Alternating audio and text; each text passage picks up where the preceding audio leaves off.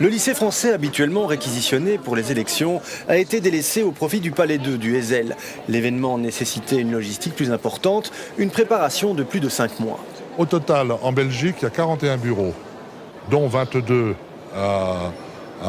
au Heysel. On peut voter dans 10 villes de Belgique.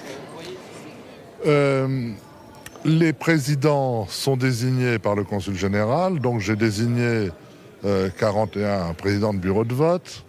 Les secrétaires sont forcément des agents de l'État français qui sont désignés comme tels. Et les assesseurs, une partie sont désignés par les représentants des candidats. Et nous prenons contact avec les associations de Français, etc., pour avoir au moins 8 assesseurs par bureau. Jamais on n'a connu un tel intérêt pour une élection présidentielle. Plus de 60 000 Français installés en Belgique se sont inscrits sur les listes électorales, soit près de 30 000 rien qu'à Bruxelles. C'est 2 fois plus qu'en 2002.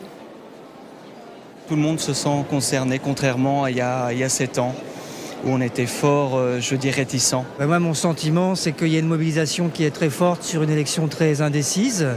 Donc je crois qu'il faut tous se mobiliser pour aller voter en tant que Français.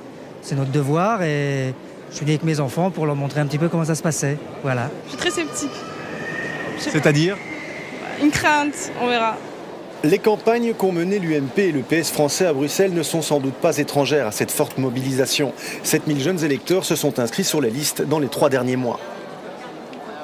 Une campagne très active, une mobilisation de jeunes dans tous les partis politiques, un nouveau souffle au sein des Français, de l'étranger et surtout beaucoup de jeunes qui s'impliquent et s'engagent dans la politique aujourd'hui. Les bureaux de vote viennent de fermer, le dépouillement devrait être terminé à 20h.